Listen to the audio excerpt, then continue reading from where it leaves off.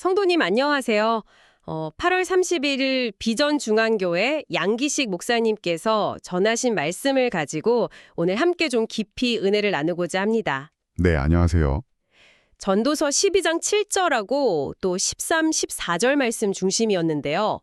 참된 주인이신 예수님, 이 제목의 설교였죠. 오늘 저희는 이 말씀을 통해서 예수님을 정말 주인으로 모신다는 게 우리 삶에서 구체적으로 어떤 의미일까 이걸 좀 같이 파헤쳐 보려고 해요. 네네, 기대됩니다. 설교 시작하실 때 그 양기식 목사님께서 중국집 주문 이야기 하신 거 그거 참 기억에 남아요. 아, 네, 맞아요. 재밌었죠. 이것저것 막 시켜놓고 나중에 종업원한테 너 다 들었지? 하고 그냥 넘겨버리는 사람. 혹시 우리도 말씀을 그렇게 건성으로 듣는 건 아닌가 좀 돌아보게 하시더라고요. 그렇죠. 그냥 흘려듣지 말라는 권면이셨죠? 네. 오늘 이 시간 그냥 듣고 마는 말씀이 아니라 정말 이게 나에게 주시는 음성이구나 하고 새기면서 그 핵심을 딱 붙잡는 그런 시간이 되면 좋겠습니다. 네, 맞습니다.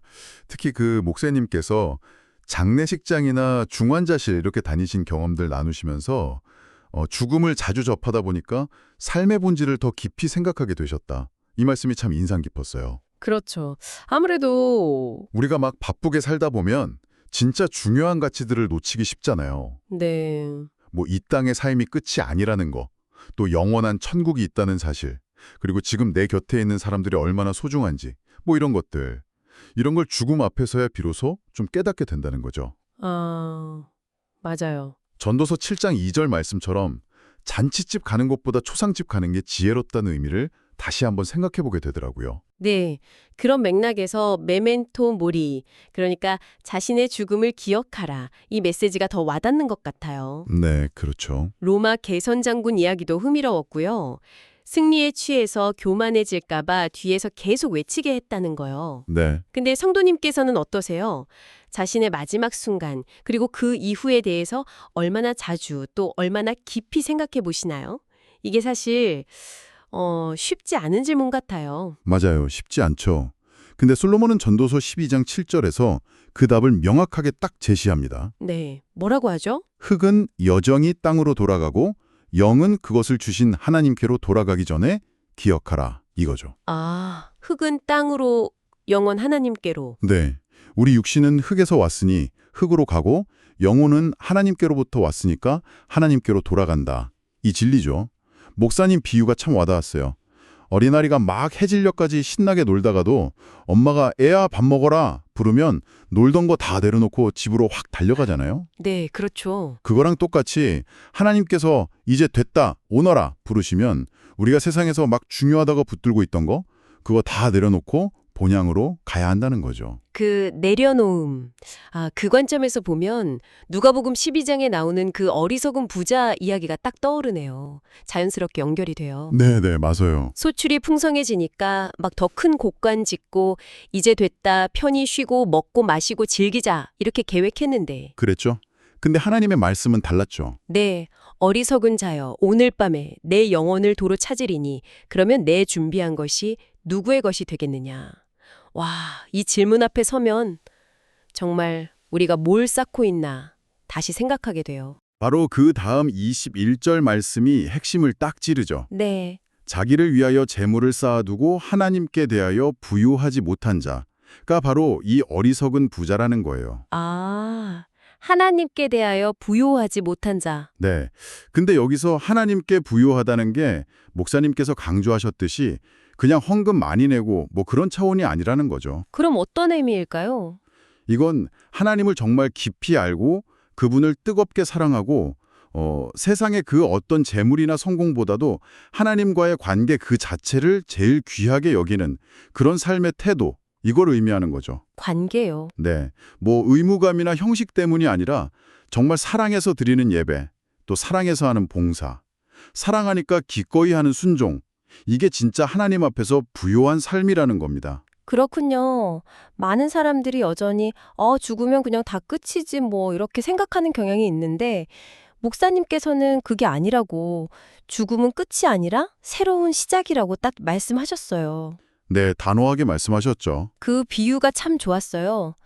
태아가 엄마 뱃속이 세상 전부인 줄 알았다가 전혀 다른 새로운 세상으로 태어나는 것처럼 우리도 이 땅의 삶 너머에 영원한 나라가 있다는 걸 알아야 한다. 네, 아주 적절한 비유였죠.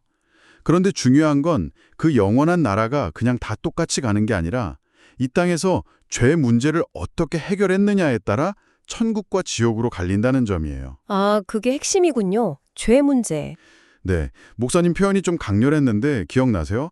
아기가 태어날 때 피범벅이 돼서 나오듯이 우리가 영적으로 다시 태어나려면 예수 그리스도의 십자가 보혈, 그 피를 믿음으로 뒤집어 쓰는 영적 피범벅이 되어야 한다고요. 와, 영적 피범벅. 네, 기억납니다. 이게 죄사함을 받는 유일한 길이라는 걸 강조하신 거죠. 그렇죠. 그리고 로마서 14장 10절에서 12절 보면 우리 모두가 결국엔 하나님의 심판대 앞에 서게 될 거고 각자 자기 일을 하나님께 직접 아뢰게 될 거라고 말씀하잖아요. 네, 생각만 해도 두렵네요. 이 말씀 앞에 서면 뭐 다른 사람 비판하고 정죄하고 그럴 시간이 없다는 걸 깨닫게 되죠.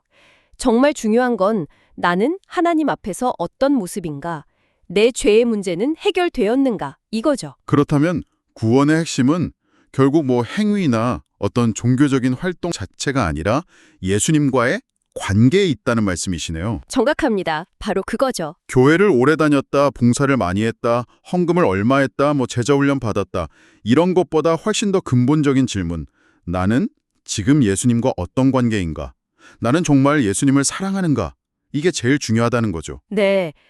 요한일서 5장 11절 12절 말씀처럼 영생은 다른 데 있는 게 아니라 오직 하나님의 아들 예수 그리스도 안에 있고 그 아들이 있는 사람에게만 생명이 있다는 거. 이게 확실해지는 것 같아요. 맞습니다. 그 관계의 핵심을 골로새서 2장 6절 7절이 잘 설명해 주고 있어요. 아, 골로새서요. 네.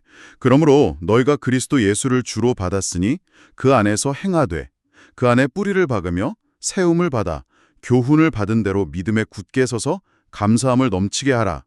여기서 핵심은 예수를 주, 즉 주인으로 받았다는 거예요. 주인으로. 아, 주님, 로드가 아니라 주인, 마스터로요. 그렇죠. 그냥 구원자 정도로만 영접하는 걸 넘어서서 내 삶의 운전대, 그 주도권을 그분께 완전히 넘겨드리는 거죠. 아, 이게 말처럼 쉽지가 않은 것 같아요. 그렇죠. 입술로는 주님, 주님 부르면서 실제 살면서는 여전히 내가 주인 노릇하고 예수님을 그냥 내 필요 채워주는 약간 종처럼 여기는 경우가 생각보다 많다는 거예요. 찔리네요. 그래서 목사님께서 고린도후서 13장 5절 말씀을 통해서 끊임없이 우리 스스로를 점검해야 한다고 강조하신 거죠.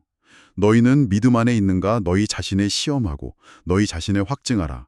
예수 그리스도께서 너희 안에 계신 줄을 너희가 스스로 알지 못하느냐. 그렇지 않으면 너희는 버림받은 자니라. 스스로 계속 물어봐야 한다는 겁니다. 와, 스스로 시험하고 확증하라. 정말 두렵고 떨리는 말씀인데요. 그렇다면 내가 진짜 믿음 안에 있고 예수님이 내 안에 계시다는 걸 구체적으로 어떻게 알 수 있을까요? 이게 좀 막연하게 느껴질 수도 있을 것 같아요. 모사님께서 3가지 분명한 증거를 제시해 주셨어요. 네, 뭐였죠? 첫째는 사랑입니다. 사랑. 아, 사랑이요? 네, 성령의 가장 첫 번째 열매가 사랑이잖아요. 내 안에 예수님의 영이 거하시면 미움이나 분노보다는 사랑과 용서가 이렇게 자연스럽게 흘러나온다는 거죠. 만약에 내 마음이 누군가를 향한 미움으로 막 가득 차 있다면 그건 영적으로 심각한 적신호일 수 있다는 경고였습니다. 그렇군요. 사랑의 유무가 첫 번째 증거. 그럼 두 번째는요? 둘째는 죄에 대한 민감함이에요. 죄에 대한 민감함? 네, 예전에는 뭐 그냥 아무렇지도 않게 했던 죄들이 불편하게 느껴지고 또 다른 사람 잘못 지적하기보다는 아, 내가 죄인이구나 하는 깊은 탄식과 고백이 이렇게 터져 나온다는 거죠. 아, 내 죄가 보이는 거군요. 네, 자신의 연약함, 부족함을 계속 발견하고 하나님 앞에 엎드리게 되는 것.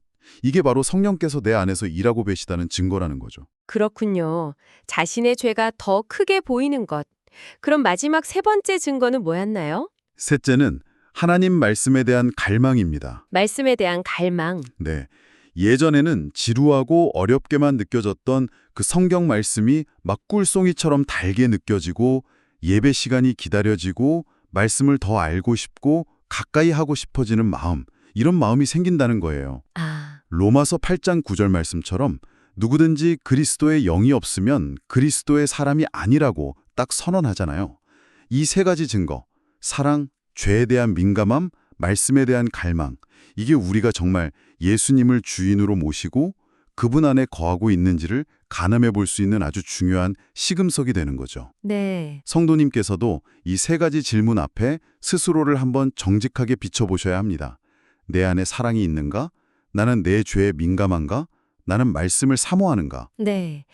이 지점에서 목사님께서 사용하신 그 영적인 유기견 비유가 저는 정말 강렬하게 다가왔어요. 아, 네, 저도요. 하나님이라는 그 참된 주인을 떠난 인간의 실존을 너무나 적나라하게 보여주는 비유였어요.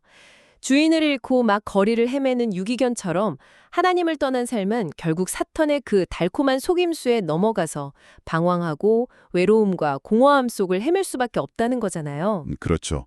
유기견의 삶을 생각해보면 더 분명해져요. 따뜻한 잠자리, 또 안정적인 먹이 공급, 안전하게 보호해주는 울타리, 이런 걸 다 잃어버린 채 그냥 추위와 굶주림, 질병과 사고의 위험에 그대로 노출돼서 살아가잖아요. 맞아요. 무엇보다 자기 정체성을 잃어버리고 그냥 하루하루 생존을 위해서 막 발버둥치는 그런 비참한 존재가 되는 거죠. 과 죄악의 위험에 그냥 무방비 상태로 노출되는 거예요. 하나님의 자녀라는 그 존귀한 신분을 잊어버리고 영적인 굶주림과 불안 속에서 방황하게 되는 거죠.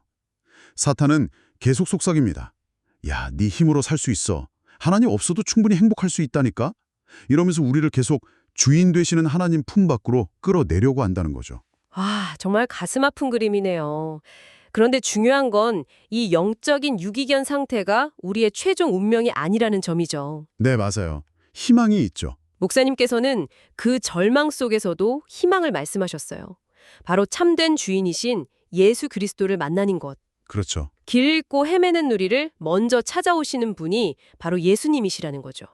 그분을 나의 구원자요, 내 삶의 주인으로 영접하고 내 삶의 모든 영역을 그분께 맡겨드릴 때 비로소 우리는 그 비참한 유기견의 삶을 청산하고 하나님의 사랑받는 자녀로서의 정체성과 풍성한 삶을 회복하게 된다는 것. 네, 예레미야 29장 13절 말씀처럼 우리가 온 마음으로 주님을 찾고 또 찾으면 반드시 만나주실 거라는 약속이 있으니까요. 네. 그리고 그 만남과 결단의 기회는 바로 오늘 우리가 이 땅에 숨쉬고 살아가는 동안에만 주어진다는 사실. 이걸 손영은 목사님의 말씀을 인용하시면서 강조하셨죠. 아, 네. 그 말씀도 기억나요. 주님, 오늘이 마지막 날인 것처럼 살게 하소서. 오늘만이 내 날이요. 주님 만날 준비 오늘뿐이다. 오늘뿐이다. 네. 죽음의 문턱을 넘어서면 더 이상 기회는 없다는 거예요. 천국이냐 지옥이냐는 이 땅에서의 삶을 통해 결정되는 문제라는 점을 분명히 하신 거죠. 미룰 수 없는 문제입니다. 그렇게 하면 결국 전도서의 마지막 결론이죠. 12장 13절과 14절 말씀으로 딱 귀결되는군요. 네, 맞습니다. 일의 결국을 다 들었으니 하나님을 경외하고 그의 명령들을 지킬지어다. 이것이 모든 사람의 본분이니라. 하나님은 모든 행위와 모든 은밀한 일을 선악간에 심판하시리라. 아멘. 후회 없는 인생, 가장 가치 있는 삶은 바로 하나님을 경외하고 그분의 말씀을 따라 사는 것. 즉, 하나님을 내 삶의 참된 주인으로 인정하고 그분을 사랑하며 그분의 다스림 안에 거하는 삶이라는 것입니다. 그렇죠. 오늘이 바로 그 주님 만날 준비를 할 수 있는 유일하고 소중한 기회라는 거. 이걸 정말 잊지 말아야겠습니다. 네. 오늘 양기식 목사님의 말씀을 통해서 우리는 죽음을 기억하는 지혜, 그리고 참된 주인이신 예수님과 동행하는 삶의 중요성에 대해서 정말 깊이 생각해보는 시간을 가졌습니다. 혹시 지금 내 삶의 모습이 어쩌면 주인을 잃고 방황하는 그 영적인 유기견과 같다면 이제 그 방황을 멈추고 우리를 찾아오신 참된 주인이신 예수님의 품으로 돌아가야 할 때인 것 같습니다. 네, 성도님 오늘 말씀을 다시 한번 되새겨 보시면서 스스로에게 좀 진지하게 질문해 보시면 좋겠습니다. 나는 지금 내 삶의 주도권을 온전히 주님께 내어드리고 있는가? 아니면 여전히 내 힘과 지혜를 의지하면서 길을 찾으려고 애쓰는 그런 영적인 유기견의 모습에 더 가까운가?